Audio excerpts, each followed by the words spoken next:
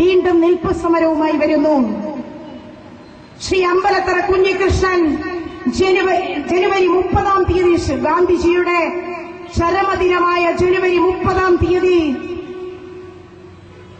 മുലയറുത്ത് കളഞ്ഞ, സ്തനാർബുദം ബാധിച്ച, മാറിടത്തെ ഛേദിച്ചു കളഞ്ഞ അമ്മമാരെയും കൂട്ടിവരുന്നു മുഖ്യമന്ത്രിയോട് ചോദിക്കാൻ.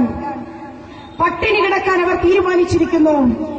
ഒരു വശത്ത് ശ്രീമതി ജാനു ആദിവാസികളെ കൊണ്ട് നിൽപ്പ് തുടരുമ്പോൾ, മറുവശത്ത് ശ്രീമാൻ അമ്പലത്തറ കുഞ്ഞികൃഷ്ണൻ അദ്ദേഹത്തിന്റെ നാട്ടിലുള്ള പാവപ്പെട്ട നൂറുകണക്കിന് അമ്മമാരെ പട്ടിണി കിടക്കാൻ വേണ്ടിയിട്ട് തീരുമാനിച്ചു കൊണ്ടുവരുമ്പോൾ, ഇപ്പുറത്ത് 21 കുടുംബങ്ങൾ ചെങ്ങറ ഭൂസമരത്തിൽ വന്ന ഭൂമിയില്ലാതെ നട്ടം തിരിയുന്ന 21 കുടുംബങ്ങൾ 3 വർഷം കൊണ്ട് സെക്രട്ടേറിയറ്റ് പടിക്കൽ അടുപ്പ് കല്ല് കൂട്ടാൻ തീരുമാനിച്ചിരിക്കുമ്പോൾ, കേരളത്തിലെ 3.5 ലക്ഷം വരുന്ന പാവപ്പെട്ട ഭൂസമരക്കാരുടെ നിലവിളി മുഴങ്ങിക്കേൾക്കുമ്പോൾ, പ്രിയപ്പെട്ടവരെ, ജനപക്ഷ രാഷ്ട്രീയം അവർക്കൊപ്പമാണ്, പാവങ്ങൾക്കൊപ്പമാണ്. റബ്ബർ കർഷകൻ ആത്മഹത്യ ചെയ്യാൻ ഒരുങ്ങി നിൽക്കുമ്പോൾ, കാർഷിക മേഖലകൾ മുഴുവനും തകർച്ചയിൽ ആകുമ്പോൾ, രാജ്യത്തെ ആകമാനം ഫാസിസം വിഴുങ്ങാൻ വാവിളർത്തി നിൽക്കുമ്പോൾ, സംഘപരിവാർ സംഘടനകൾ താണ്ഡവ നൃത്തമാടുമ്പോൾ, പ്രിയപ്പെട്ടവരെ, ഈ രാജ്യത്തു നിന്ന് മുഴങ്ങിക്കേൾക്കണം ഒരു ശബ്ദം, ജനപക്ഷ രാഷ്ട്രീയത്തിന്റെ ശബ്ദം മുഴങ്ങിക്കേട്ടേ മതിയാകുകയുള്ളൂ. അല്ലാത്ത പക്ഷം ഞങ്ങളെ ആക്ഷേപിക്കുന്നവർ ഒരുപാട് പേരുണ്ട്. അതിൽ പ്രധാന ഒരു കക്ഷിയാണ് ഞമ്മന്റെ ആൾക്കാരാ, മുസ്ലിം ലീഗുകാരാ. മുസ്ലിം ലീഗിനെ കുറിച്ച് പറയുമ്പോൾ ഓർമ്മ വരുന്നത് ഒരു ചിത്രമാണ്. നിയമസഭ നടക്കുകയാണ്. മാണി ബഡ്ജറ്റ് അവതരിപ്പിക്കാൻ വേണ്ടിയിട്ട് പെട്ടിയായിട്ട് വരുന്നു.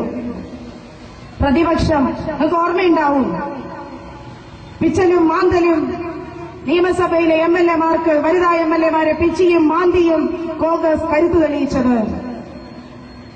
അപ്പോഴാണ് ലീഗിലെ എംഎൽഎമാരെല്ലാം കൂടെ മാണിയെ വളഞ്ഞു നിൽക്കുന്നു. വളഞ്ഞു നിന്നുകൊണ്ട് പറയുന്നു, ഞങ്ങളുടെ മാണിച്ചയൻ ബഡ്ജറ്റ് അവതരിപ്പിക്കും. ഞങ്ങളെ മുണ്ടൊക്കെ മടുത്ത് കെട്ടിയിട്ട് അങ്ങനെ നിൽക്കുകയാണ്. മദ്യം ഞങ്ങൾക്ക് ഹറാമാണ്, പക്ഷെ കോഴ ഞങ്ങൾക്ക് ഹറാമല്ലാതെ തെളിയിച്ചു മുസ്ലിം ലീഗ്. ആർക്കൊക്കെയാ കിട്ടിയത്? എല്ലാവരും പങ്കുവെച്ചെടുത്തു. നാണമുണ്ടോ യുഡിഎഫിൽ തുടരാൻ? നിങ്ങൾക്ക്? കേരളത്തില് നിങ്ങൾ വിശ്വാസികളാണ്, മുസ്ലിം മതവിശ്വാസികളാണ് ലീഗുകാർ. അഴിമതിക്ക് കൂട്ടുനിൽക്കില്ല, പെണ്ണുപിടിക്ക് കൂട്ടുനിൽക്കില്ല, വ്യഭിചാരത്തിന് കൂട്ടുനിൽക്കില്ല, കോഴ വാങ്ങുന്നതിന് കൂട്ടുനിൽക്കില്ല. അങ്ങനൊന്നും നിൽക്കാൻ പാടില്ല എന്ന് തന്നെയാണ് മതം നിങ്ങളെ പഠിപ്പിച്ചിട്ടുണ്ട്. എങ്കിൽ അത്ര ഭീകരമായ അഴിമതിയും പെണ്ണുപിടിയും ഒക്കെ നടത്തുന്ന കോൺഗ്രസ് ഓഫീസുകളടക്കം പെൺവാണിഭ സംഘങ്ങൾ അരങ്ങ് തകർക്കുന്നതിടത്തേക്ക് നിങ്ങൾക്ക് നിൽക്കാൻ എന്തെങ്കിലും ഒരു ഉറപ്പുണ്ടോ കൂട്ടരെ? എന്തെങ്കിലും ഒരു ഉറപ്പുണ്ടോ? എന്താ? കുഞ്ഞാലിക്കുട്ടിയിലെ ഭരിക്കുന്നത് ഉളുപ്പുണ്ടാവില്ല, അത് സ്വാഭാവികം മാത്രമാണ്. ഞാൻ പറഞ്ഞു വന്നത് ഇതാണ്. ഒരുപാട് പ്രതിസന്ധി. 4 വർഷത്തിന് മുമ്പ് വെൽഫെയർ പാർട്ടി എന്ന് പറയുന്ന പ്രസ്ഥാനം ഇന്ത്യയുടെ മണ്ണിൽ പിറന്നു വീണപ്പോൾ അതിലൊരൊറ്റയാൾക്കും, അതിലൊരൊറ്റ കുഞ്ഞിന് പോലും ഇങ്ങനെ ഒരു പ്രതീക്ഷയുണ്ടായിരുന്നില്ല. എങ്ങനെയാ? രാജ്യത്തിന് മുഴുവനും താമരപ്പൂവുകളാൽ പരവതാനി വിരിച്ച് വെൽഫെയർ പാർട്ടി ആനയിക്കുമെന്ന് ഞങ്ങൾക്ക് ആർക്കും ഒരു പ്രതീക്ഷയുണ്ടായിരുന്നില്ല.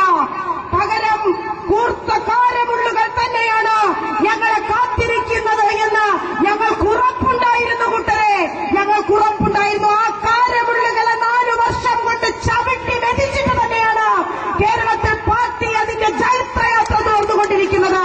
അതുകൊണ്ട് ഓലപ്പാപ്പ് കാട്ടി പേടിപ്പിക്കാമെന്നും കേവലം ഏതെങ്കിലും സാമുദായിക സംഘടനയുടെ പേരിൽ ഞങ്ങളെ കൊണ്ട് കെട്ടിയിടാമെന്ന് വിചാരിക്കുന്നത് അത് വെറും വ്യാമോഹമാണ് എന്ന് പറഞ്ഞുകൊണ്ട് എല്ലാവർക്കും വിപ്ലവ അഭിവാദ്യങ്ങൾ നേർന്നുകൊണ്ട് വെൽഫെയർ പാർട്ടി എന്ന പ്രസ്ഥാനം ഇന്ത്യയുടെ മണ്ണിൽ പ്രവർത്തിക്കാൻ നിശ്ചയിച്ചിട്ട് ഉണ്ട് എങ്കിൽ, അത് കാലത്തിന്റെ വിധിയാണ് എങ്കിൽ, അത് തീർച്ചയായും മുന്നോട്ട് തന്നെ ഇവിടത്തെ പരമ്പരാഗത രാഷ്ട്രീയ പാർട്ടികളെ ഇന്നല്ലെങ്കിൽ നാളെ ചവിട്ടി മെതിച്ചുകൊണ്ട് തന്നെ അതതിന്റെ ജൈത്രയാത്ര തുടരും. താമസിയാതെ അത് വിജയകാഹളം മുഴക്കുമെന്ന് തന്നെയാണ് പറയാനുള്ളത്. വരുന്ന 5 മാസങ്ങൾ കൂടെ കഴിയുമ്പോൾ ഈ കേരളത്തിൽ നിയമസഭ ഇലക്ഷൻ നടക്കുവാൻ പോകുകയാണ്. പ്രിയപ്പെട്ടവരെ, ഞങ്ങൾ മാറ്റുരയ്ക്കും. ഞങ്ങൾ നിയമസഭയിൽ വ്യാപകമായി ഞങ്ങൾ മത്സരിക്കും. സമരമുഖങ്ങളിലൂടെ വളർന്നുവന്ന